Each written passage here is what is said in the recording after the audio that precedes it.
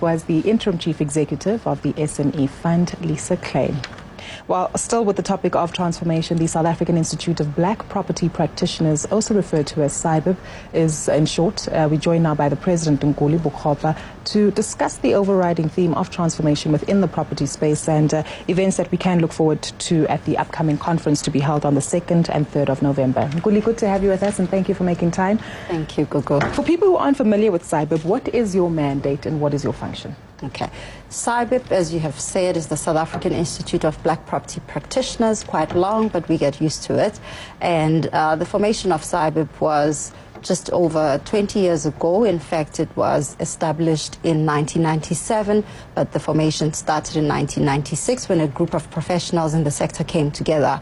And the main mandate of the organization is transformation advocacy in the property sector, that which we know has been quite dominant, with white players and male players. So how do you get that done? Is there some kind of a partnership that you take on with some of the other organizations like the Black Business Council, BMF, many others that also try to assist in seeing transformation in the corporate sector? Yes, certainly. We are affiliated with the Black Business Council.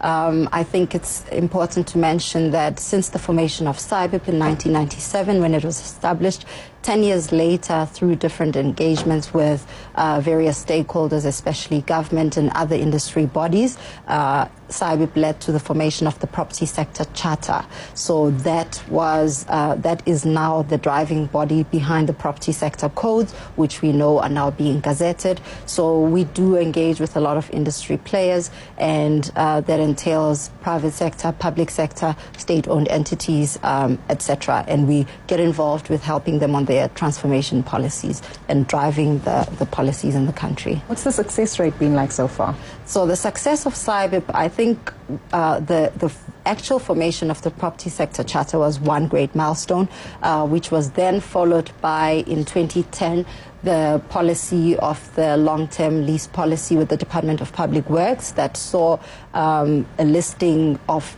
quite a number of black entities that stemmed from that leasing policy that was put in place by the then Minister of Public Works, which was the late Honorable Minister Stella Sigcau.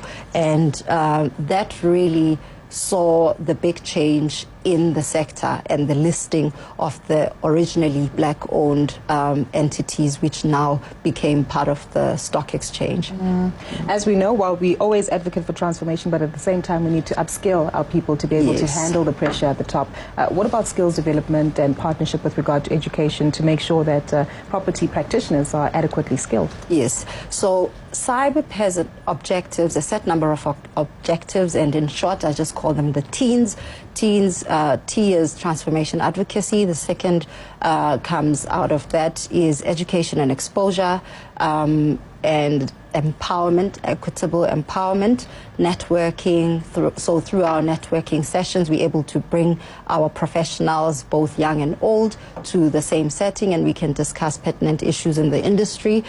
Through education, we are partnered with WITS, the School of Economics and Construction. In fact, the professors there sit in our Learning and Growth Committee, and we welcomed the news last year of the services SETA putting forward 40 million rands towards property studies, because then that helps us build a great pipeline of real estate practitioners that can come out. But we also need to be cognizant of the fact that real estate studies, even though they were not formalized as real estate studies, a lot of our current members and people in the sector have been fed through different disciplines: architecture, quantity surveying, financing, law, etc., etc. So we do have quite a healthy pipeline of professionals to take this on. And very briefly, the conference in November, what can we look forward to?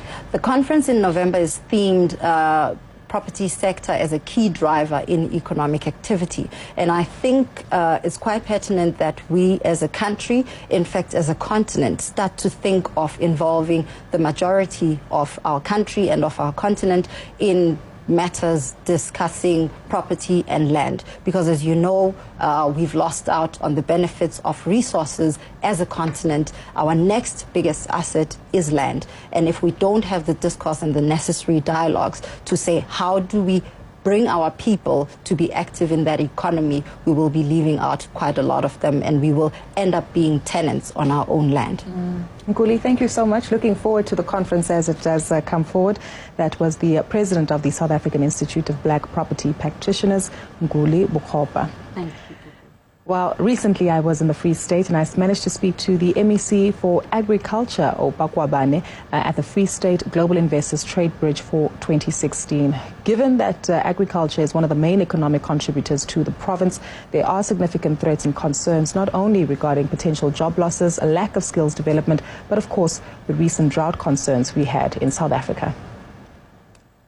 The problem that we have with these adverse conditions of weather is that agriculture depends on nature.